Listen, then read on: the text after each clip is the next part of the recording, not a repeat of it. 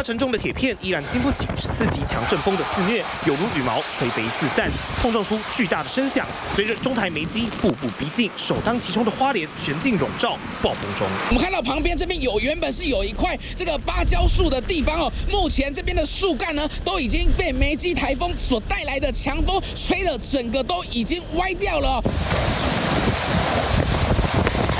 挟持着狂风暴雨，中台煤机使尽摧枯拉朽之力，倒塌的路树、砸毁的招牌、分割岛的号志夭折倒地，就连路旁绵延的铁墙都支离破碎，任由强风摆布。在街道上面呢，我们的视线其实并没有很好哦。现在可以看到，这个时候风雨又已经加大了。那这样加大的情形呢，从今天上午将近中午的时候就不断的发生。中台煤机不止携带着狂风，充沛的雨量也让能见度每况愈下。原先的车道已不复存在。路面化成滚滚黄流，堆叠的石块有如小瀑布，甚至路面的人孔盖也有如涌泉，源源不断的水冒出地面。根据气象局预警，包括花莲市吉安乡、新城乡都进入1级淹水警戒，这可忙坏了4处收拾残局的警消人员。